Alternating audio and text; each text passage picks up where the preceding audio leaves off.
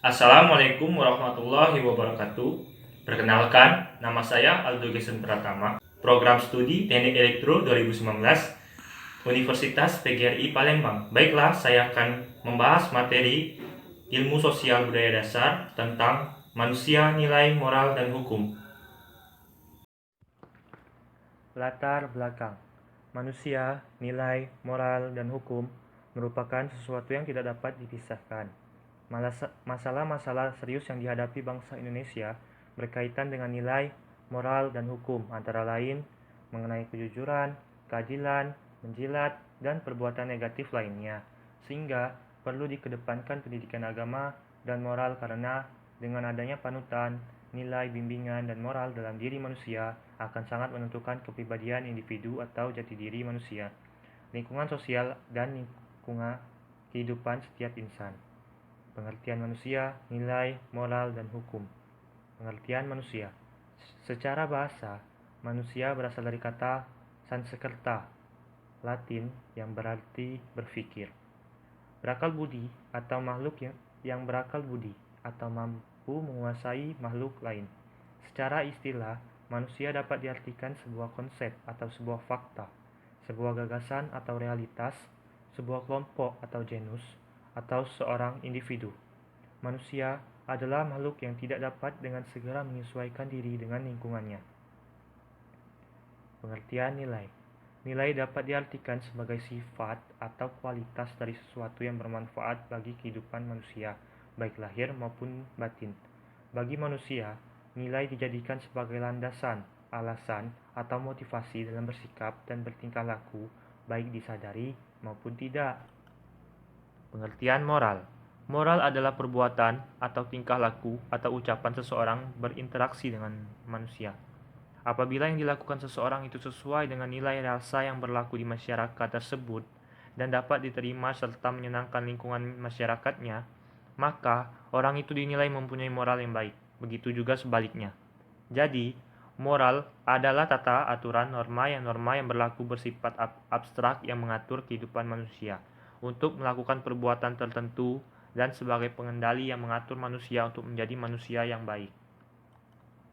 Pengertian hukum.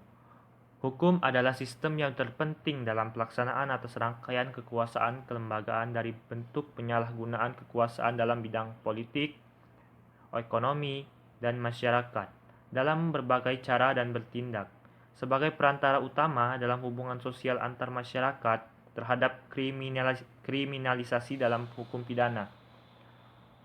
Hukum pidana yang berupayakan cara negara dapat menuntut pelaku dalam konstitusi hukum, menyediakan kerangka kerja bagi pencipta hukum, perlindungan hak asasi manusia, dan memperluas kekuasaan politik serta cara perwakilan di mana mereka yang akan dipilih. Fungsi, nilai, moral, dan hukum. Yang pertama, fungsi nilai. Sesuatu yang dianggap bernilai apabila memiliki nilai menyenangkan, berguna, memuaskan, menguntungkan, menarik, dan keyakinan. Artinya, sesuatu dapat dikatakan bernilai bila menyenangkan bagi manusia, berguna bagi manusia, dapat memuaskan manusia, menarik bagi manusia, dan menimbulkan keyakinan bagi manusia terhadap nilai dari sesuatu. Yang kedua, fungsi moral. Moral berfungsi sebagai landasan dan patokan bertindak bagi setiap orang dalam kehidupan sehari-hari, di tengah kehidupan sosial, kemasyarakatan maupun dalam lingkungan keluarga. Suatu hal yang paling penting adalah bahwa moral berada pada batin atau pikiran setiap insan sebagai fungsi kontrol penyeimbang bagi pikiran negatif yang akan direalisasikan. Yang ketiga, fungsi hukum. Hukum sangat penting dan memang harus ada dalam sebuah masyarakat atau negara. Karena hukum dalam kehidupan bermasyarakat memiliki fungsi sebagai berikut. Yang pertama, sebagai alat pengatur tata tertib hubungan masyarakat. Hukum ini berfungsi untuk menunjukkan manusia mana yang baik dan mana yang buruk, sehingga segala sesuatu dapat berjalan tertib dan teratur. Yang kedua, sebagai sarana untuk mewujudkan keadilan sosial lahir dan batin. Hukum dapat memberi keadilan untuk menentukan siapa yang salah dan siapa yang benar, dan dapat memaksa agar peraturan dapat ditaati dengan ancaman sanksi bagi pelanggarnya. Yang ketiga, sebagai sarana penggerak pembangunan, yaitu daya mengikat dan memaksa dari hukum dapat digunakan atau didaya gunakan untuk menggerakkan pembangunan. Di sini, hukum dijadikan alat untuk membawa masyarakat ke arah yang lebih maju. Yang keempat, sebagai penentu alokasi wewenang secara terperinci. Antara lain, siapa yang boleh melakukan pelaksanaan atau penegak hukum, sikap yang harus menaatinya, siapa yang memilih sanksi yang tepat dan adil, dan lain-lain. Yang kelima, sebagai alat penyelesaian sengketa.